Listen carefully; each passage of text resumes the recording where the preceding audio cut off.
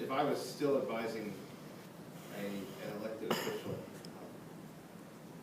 along the philosophy of my former boss, Congressman Ron Paul, I would say that a winning strategy for a limited government libertarian Republican should incorporate libertarian populism and some reform ideas along the lines of Senator Lee's tax plan that does recognize that our tax and monetary policies are a burden on working and lower class Americans, and that a good, solid, libertarian, limited government tax plan should be concerned about more than just the capital gains rate, and should recognize that the payroll tax is a federal tax imposed on people that burdens American citizens just as much as the income tax does. And it just drives me crazy when Republicans say, well, poor people don't pay taxes.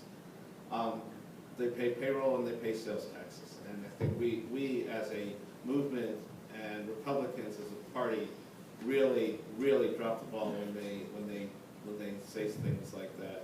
Just like when you hear some Republicans and even some conservatives pretend that the healthcare system was a free market utopia until March of 2008.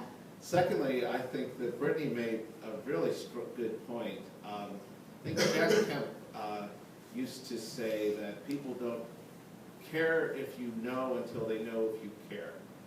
And that means that we have to, as a movement, as a party, we have to step out of our comfort zone and talk to people who aren't our base, who didn't vote for us, who maybe look at us with suspicion, and maybe sometimes there's good reason for them to look at us with suspicion, because that's how we grow. And I'm reminded of, in 1996, I was campaigning for Ron Paul in the congressional race in a town in his district called Victoria, Texas. And we were doing standard campaign stuff, sign waving and literature dropping. And the gentleman I was with said we should go and spend a couple hours in the Hispanic part of town.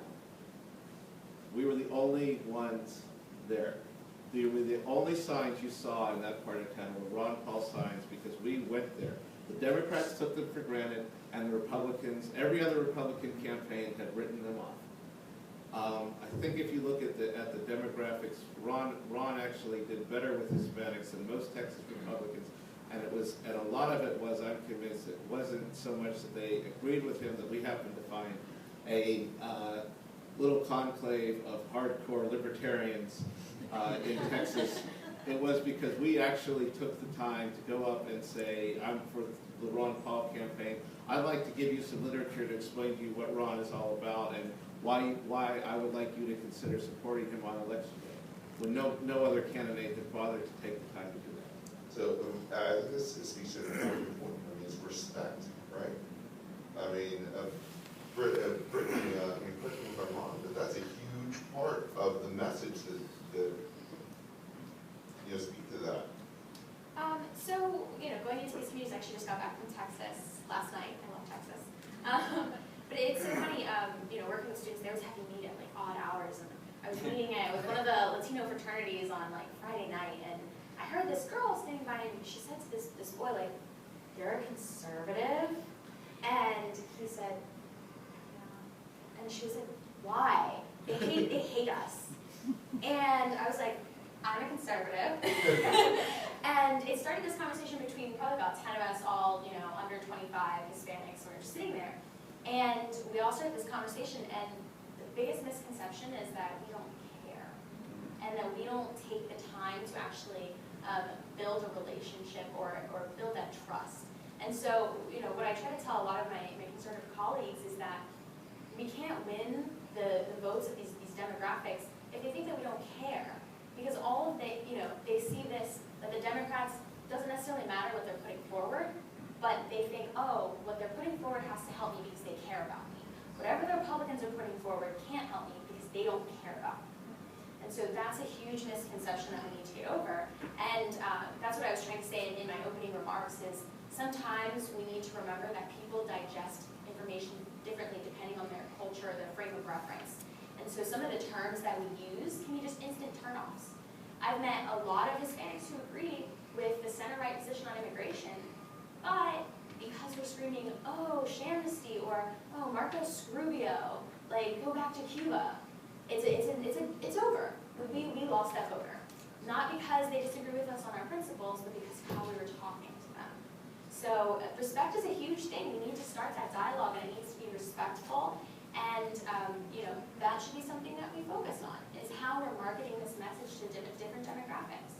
We don't all process information the same way. We don't all, hear, you and I might hear a message from from Boehner, and you might take something differently than I did. But it's not because he said something different, we just have a different frame of reference. So that's something that we need to look at more closely, I think, moving forward, if we want to grow the conservative movement.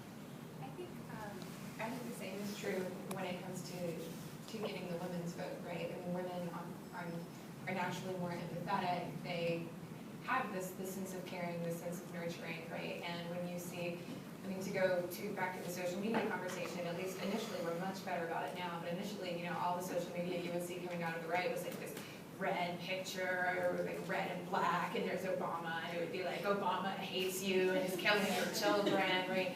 And like, that's a huge turnoff for women. Or when women hear, Republicans don't care about the poor. There was a great Jonathan Chait headline yesterday about the food stamp vote versus the farm subsidy vote that said, Republicans, we were too nice to poor people, but don't worry, we fixed that, right? And that sort of narrative is incredibly unhelpful, and to some extent you can't control liberal media, and that's why social media is such a wonderful thing for letting us take back the narrative, to say like, no, let's explain and have an honest conversation about food stamps and the rise in SNAP benefits. I think that that's something that will continue and will help us win women voters in the future, but it's just something we have to be very careful about as the Republican Party, because I think we can come off as screamy and negative, and we hate illegal immigrants, and we hate immigrants, period, and we hate poor children. And that's something that, whether you're a single mother all the way up to like an Ivy League educated woman, that just turns you off. Ivy League educated women can't be single, is that what you're saying? Actually, one last bit on this point, and then we're going to shift gears. I just want to say a good thing about outrage and anger is that it does motivate people, and it should. When you explain to people what the government is doing, what Obamacare is, what on the Farm Bill, how you have members of Congress who are receiving the taxes of working people as part of programs that drive up your food prices, you should be outraged. You should be mad. And part of that is you talk about selling outrage. I don't think we're selling outrage. I think we're trying to give people a vehicle to express their outrage. And I think that part of broadening the base of the movement is broadening the outrage to people who have been sold a bill of goods that they have no other alternative except to rely on big daddy welfare state government, and that is actually destroying your lives, and we have a better idea for you, and we are selling something called freedom, and they're selling something called statism. We have a much better product, and part of what we need to do is believe in it, is actually have the courage of our convictions. And some people in the Republican Party need to have convictions. The highest form of respect is not to happy talk people, to have an honor, to treat them with respect, to tell them the truth. And there are a lot of hard truths that have to get out there. We have to know how to articulate it. We have to say it without denigrating people. We have to do it without demonizing people. The big thing on the food stamps bill that we fought at Breitbart and on Fox was about the crony capitalism. You do not have to demonize the poor to defeat the food stamps bill. The food stamps bill is so big because corporate America is feeding off the food stamps bill. That's the way you defeat it, but I am not in agreement at all that we need to be the party of empathy. And by that I mean false empathy, because that is just a slow walk to statism. There is a certain point in time that you have to explain that these programs have not worked and they've enslaved people. And we have to be strong enough in our convictions and have the analytics to back it up, to do that. And I think that's the highest form of respect, and I think playing the long game, that's what wins it for us. And obviously we tapped an important vein here. No, I mean, That's what I'm picking up right now. This is, I mean, this really speaks to the heart Yes. of where this movement, the Republican Party, whatever that is going. This is the question. And Steve, I hear what you're saying on this point. Brittany, I want you to weigh in. I'll keep it brief. Okay. I'll keep it very brief.